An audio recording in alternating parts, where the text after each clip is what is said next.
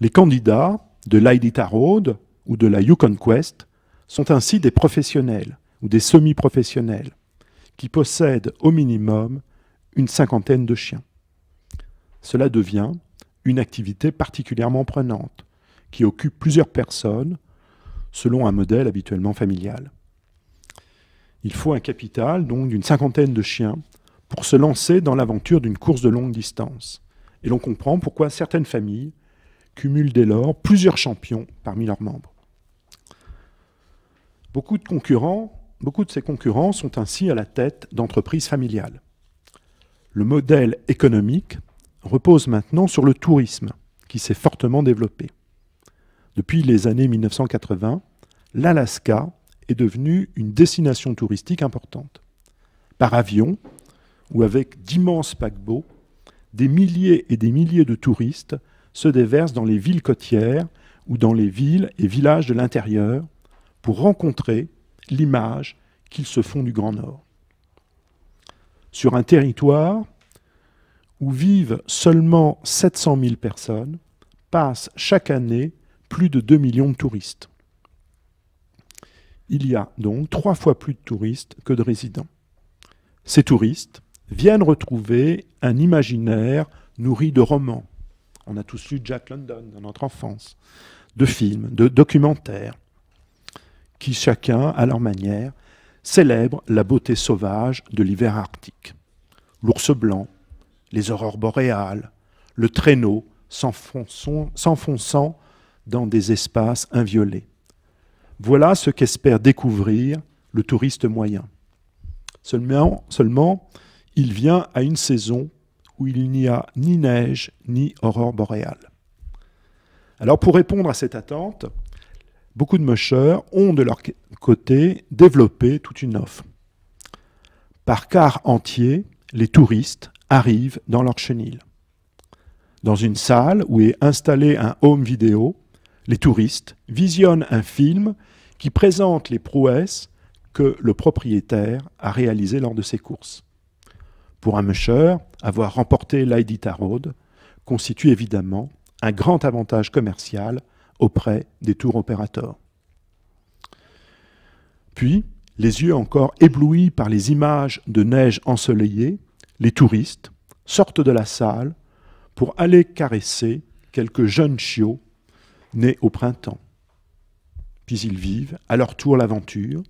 Ils montent quelques instants sur un chariot tiré par des chiens. Tout est soigneusement minuté.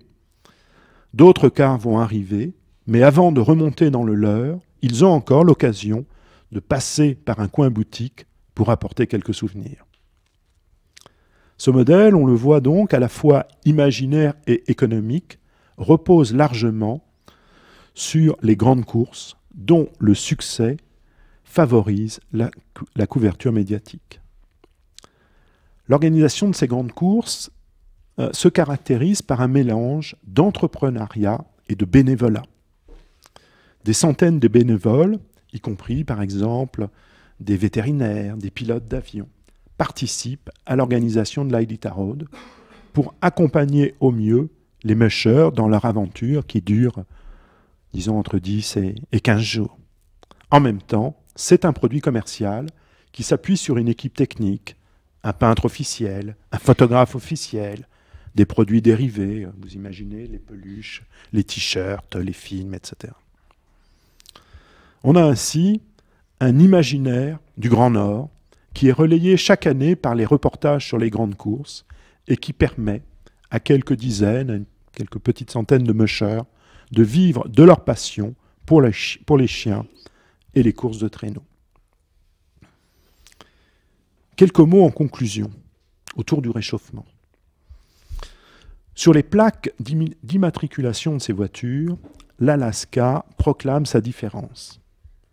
Elle est et reste The Last Frontier, la dernière frontière. Frontière du froid et de l'extrême. Et ce n'est donc pas par hasard que l'État a consacré en 1972 le dog mushing comme le sport officiel de l'Alaska.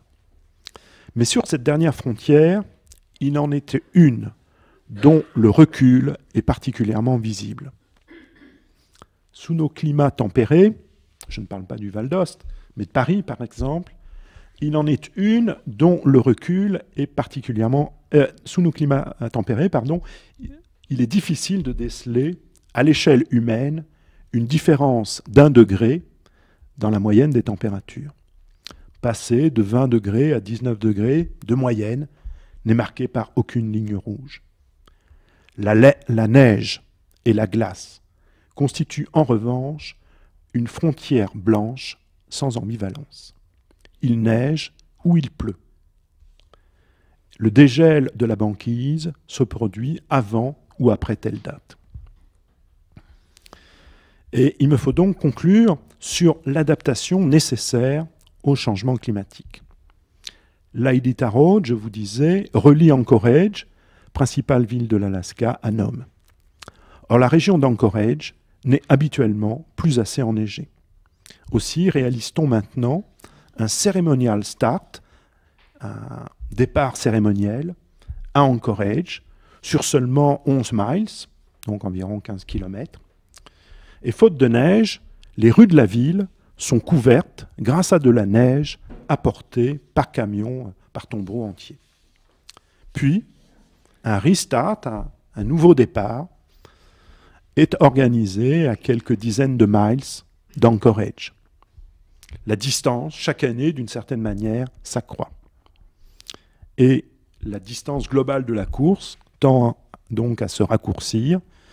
De 1100 miles en 1973, elle est maintenant de 1000 miles.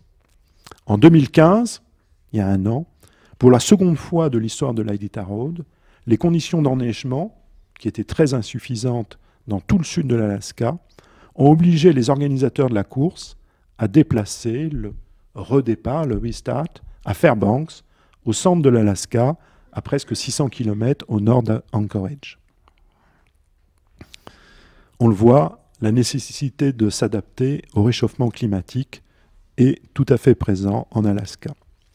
Il est probable que dans quelques années, les courses se poursuivront. Mais faute de neige, il faudra peut-être ressortir l'hiver les traîneaux à roues qui promènent aujourd'hui les touristes l'été. Merci.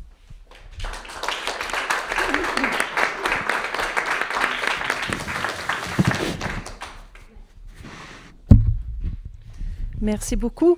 Est-ce que vous avez des questions? Oui? C'est juste un complément. J'ai été frappé récemment en Russie de voir du saut à ski sans neige. Donc, ça m'a frappé, j'ai vu ça à la télévision, je me suis dit, mais qu'est-ce que c'est que cette histoire? Et en fait, oui, il y avait du saut à ski sans neige. Donc, il y aura peut-être des traîneaux sans neige. Et alors, le Tea Party, quelle est sa position vis-à-vis des... Puisque c'est quand même la patrie de... Oui, c'est la patrie de Sarah Palin. Hein. Oui. Donc, l'Alaska est évidemment la patrie de Sarah Palin. Alors, il faut savoir qu'à côté donc, des courses de traîneaux, tirés par des chiens, existent également des compétitions de snowmobile. Et pour la petite histoire, le mari de Sarah Palin, savoir avoir été un champion donc, de snowmobile, et il a remporté à plusieurs reprises la course locale, la grande course locale qui fait le double de miles que l'Iditarod. Donc évidemment, aucune opposition de la part des républicains en général aux courses de traîneau. L'Alaska est un pays particulier, très républicain d'un côté, et en même temps avec un humour particulier qui rend, j'avoue, le terrain plus facile que peut-être dans d'autres plaines de l'Amérique.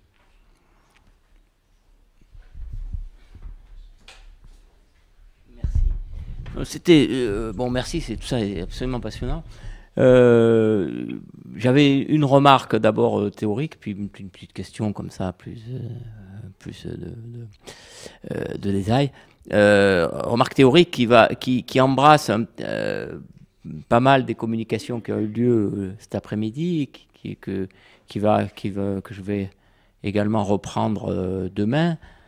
C'est finalement cette tendance assez lourde des animaux de rente dans un système d'économie rurale, à mesure qu'ils perdent de leur utilité. Bon, ça c'est un processus qu'a très bien montré Jean-Pierre Digard, et donc ils perdent de leur raison d'être économique, eh bien, il y a un renversement de la rente vers le loisir, et donc une exploitation des animaux qui autrefois étaient des animaux de rente, donc utilitaires, vers des animaux de loisirs, et c'est une économie, une économie de, alors à ce moment-là, du symbolique, de l'immatériel, de la spéculation, on en parlera demain aussi, puisque là on est dans l'ordre du pari, dans l'ordre du jeu, et donc c'est assez fascinant de voir ce processus qui aurait peut-être pas déplu au Marx de la critique de l'économie politique,